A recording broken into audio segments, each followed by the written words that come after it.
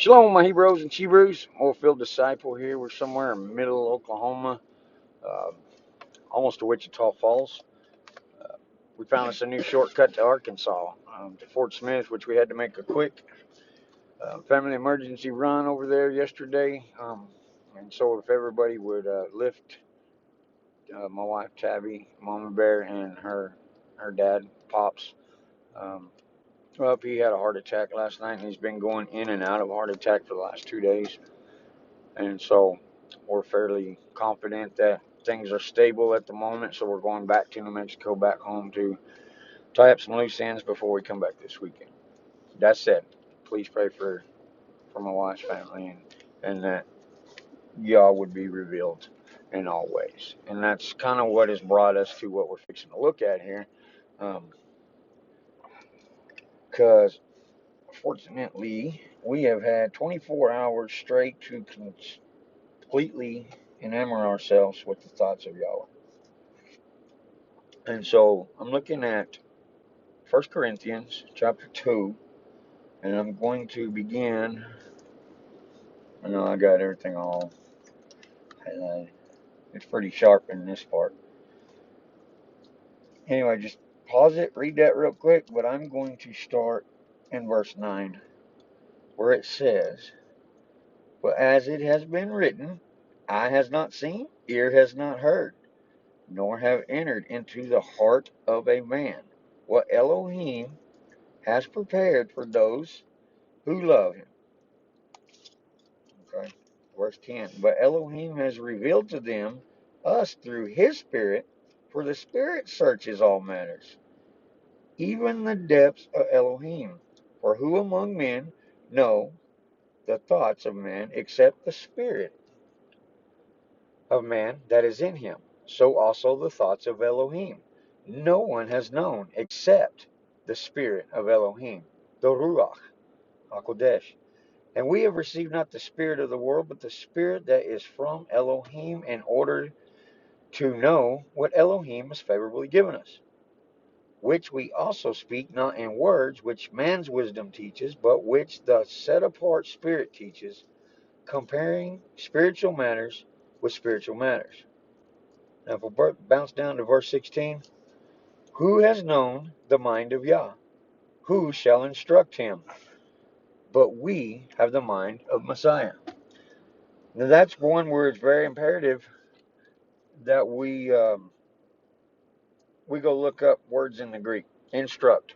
For us, in understanding in the English language, we would read that as "who shall teach Elohim." That's not what it's saying. Instruct also means to knit together. So if we look at it, who shall be knit together with Yahweh, but we with the mind of Messiah? Because of the imputed righteousness, because of what Christ did, we can be knit together as one in the very essence of Yah. Okay. Another one that I had to go was the depths, which is bathos, is one of the Greek words for depths, and it's the mysteries or the depth of Yah. It also took me to G939, which is basis, which is also the Greek word for depths that was used there, and basically the very footsteps of Yah. So who shall know the way? Who shall know the footsteps of Yah? No one but those who are in Christ Messiah.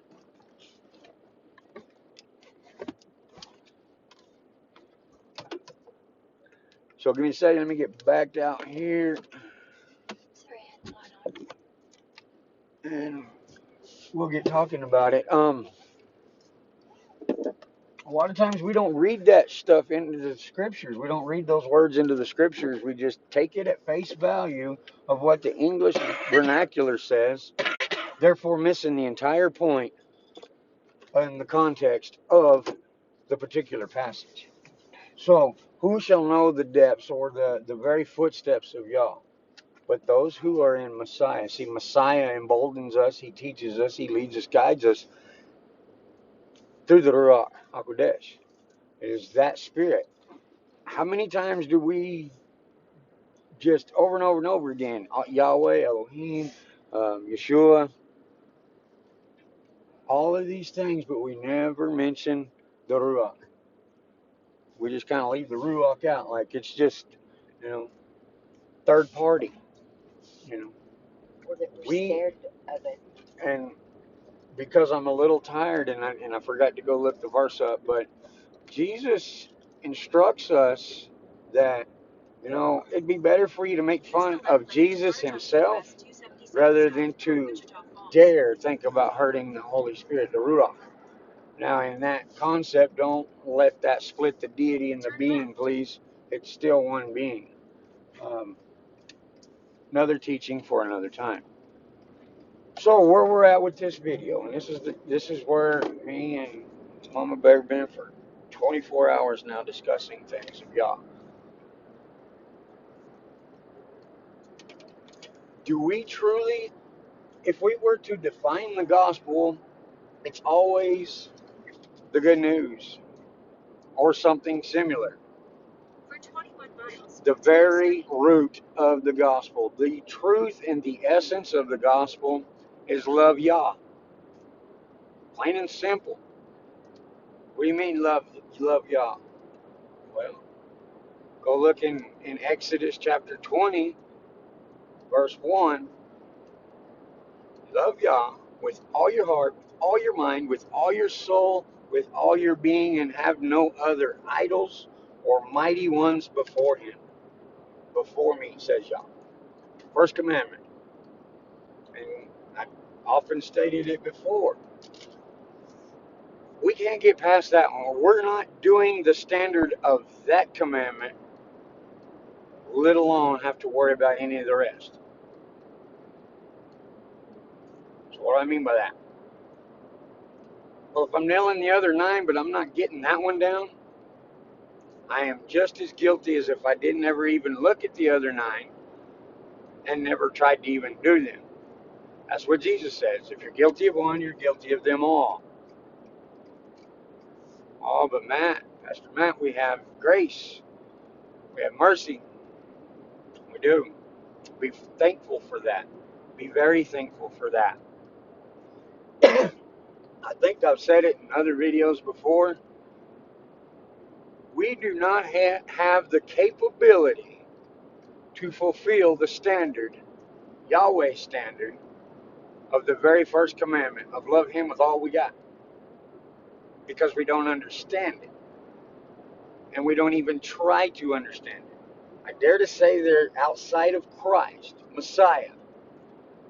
No human being has ever fulfilled the standard of the first commandment. That could be arguably argumentative. I get that. But think about it for a minute. Paul's saying there in 1 Corinthians chapter 2 that no ears seen, no eye seen, no ears heard, no one has understood the depths of Elohim, the full magnitude of Yahweh. Galatians chapter 5 gives lists the fruits of the Spirit. The fruits of the Spirit are, in essence, the being and the essence of Yahweh.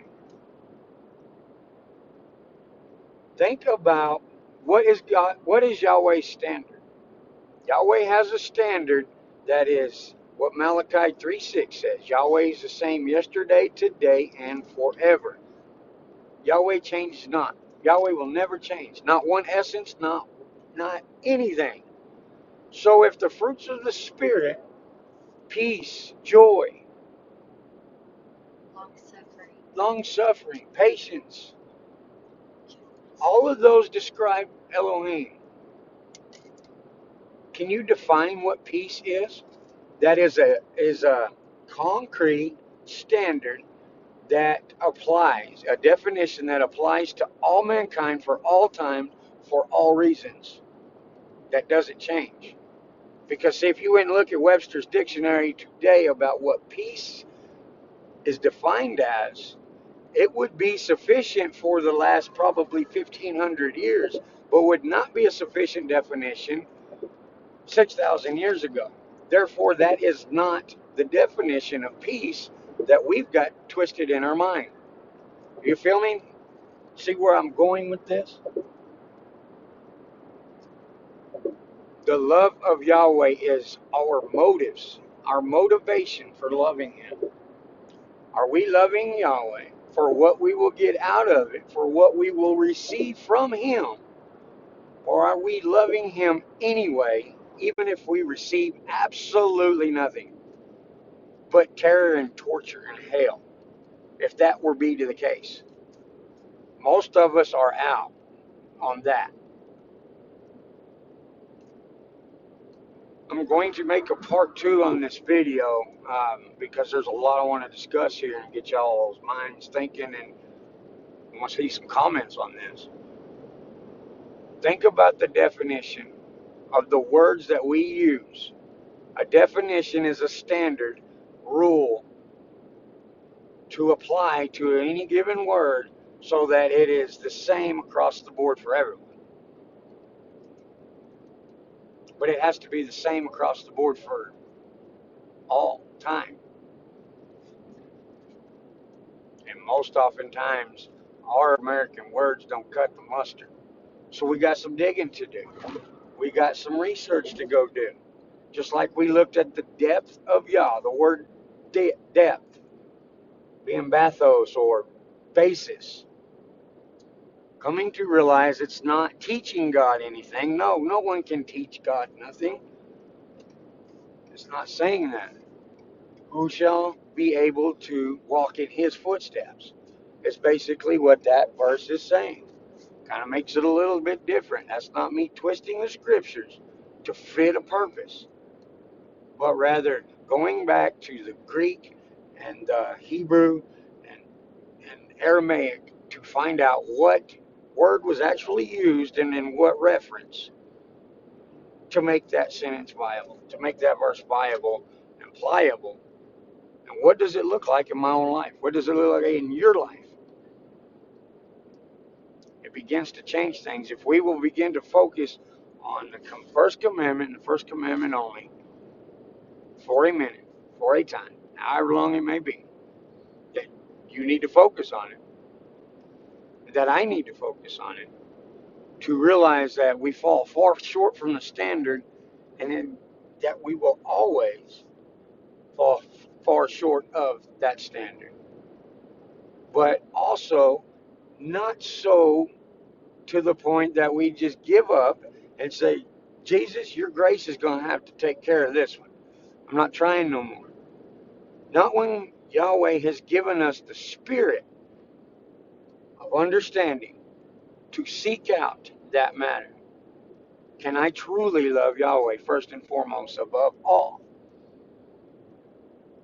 And in order to say yes, you have to go through your life and see what, if any, thing is above Yahweh in your love.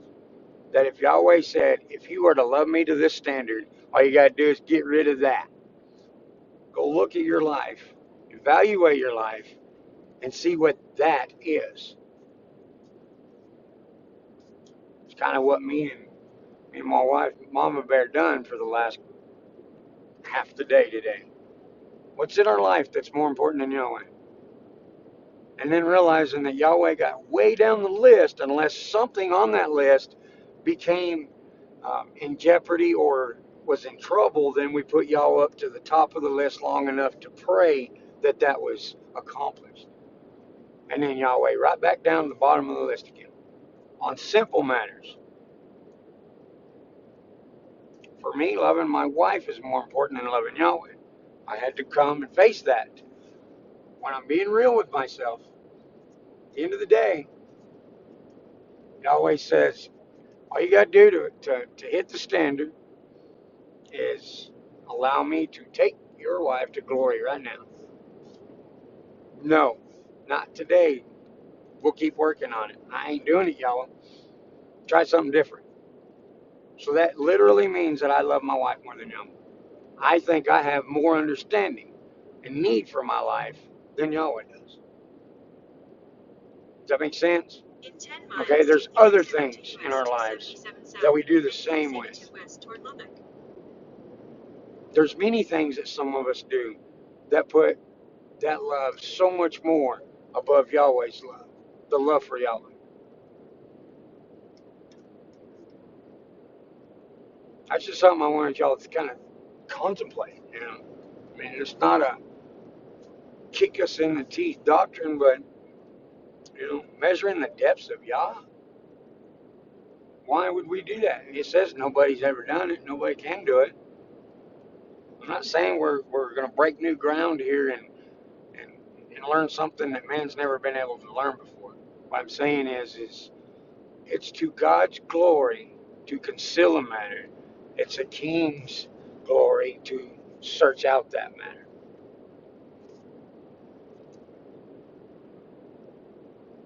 Does that make sense? And so I began peering into just the very first commandment of Yah. Throw all the rest of them away. What do I got to do, Lord, to love you with all I got? Because that, at the end of the day, I want this relationship with you. Relationship means one and two in one. Symbiotic, cohesive, unity. That's relationship. What do I got to do? Well, and it come to me is first of all, I've got to begin to defining what it actually means. Because if you go ask 90% of if you go ask the Christians today, Messianics, whatever denomination, anybody who believes in Yahweh, do they love God with all their heart, mind, and soul? And they'll say, oh, yeah, absolutely. Got to. You got to love Him in order to have Him. Then ask them to explain to you what that looks like in their life. Please define that for me. If you love Yah with all your heart, mind, and soul, can you please define what that looks like so I can begin to mimic and copy it? Like Paul says, follow me as I follow Christ. Now we're going to start getting into the meat and the depth as we begin to try to define love Yah with all your heart, mind, and soul, and have no other mighty ones before Him. Man, we got more mighty ones before Yah in this culture without even having to think very hard. TV, video games, hunting, fishing, you name it. We got some mighty ones that knocks Yahweh not even in the top 50. You feel me? I'm not trying to beat y'all up tonight. I'm trying to encourage you. As this has encouraged me to think about it, that prior to this 24-hour road trip, out of quick necessity, has sparked and spurred a thought that I never really thought of. I always would have said, yeah, I love y'all. I love Him with all my heart, mind, and soul at least an hour of the day, one day a week for sure. But that ain't what He's asking. He didn't say, can you just get it right once in your life? He says that is the essence of our relationship, is loving me above all. It begins to change things when we really begin to chew on the meat of the Word of God. When we begin removing the elements of our emotions, of our pride, of our wickedness, of our agenda, and simply look in the mirror and go, yeah, I'm pretty bad. Matter of fact, I'm probably up there at the top 10 terrible guys ever created by Yah. And and not be in a prideful, boastful manner, but legitimate. Ow, this sucks that I'm that bad, and I don't even try to do anything to change it because I'm just gonna lean on Yeshua's grace. Give me more grace, Jesus. Give me more grace and one more beer, and we're going to the bar and find us some honeys.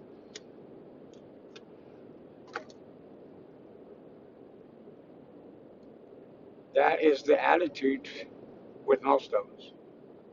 Without having to say those words, that is the attitude. That is definitely the attitude of the overall church in the West today. Now think about that. I may make a second part to this and go over into Galatians, and we'll look at the fruits of the Spirit. Um, but I'm not going to do it tonight. So y'all be blessed, be encouraged, and be frustrated. Check.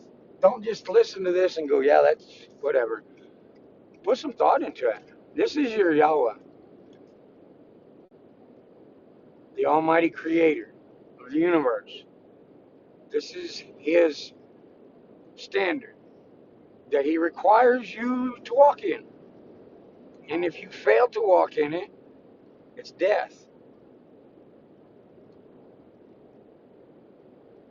I would take it kind of serious. I believe we should begin to start taking this stuff serious, not just namby-pamby, willy-nilly. Anyway, I'm kind of tired, lethargic, been driving forever, it seems like, so hopefully this video makes sense. Comment on it. If you don't agree with me, great. Tell me why you don't. You know, if you do, tell me why you do. We'll catch you guys on the next ride.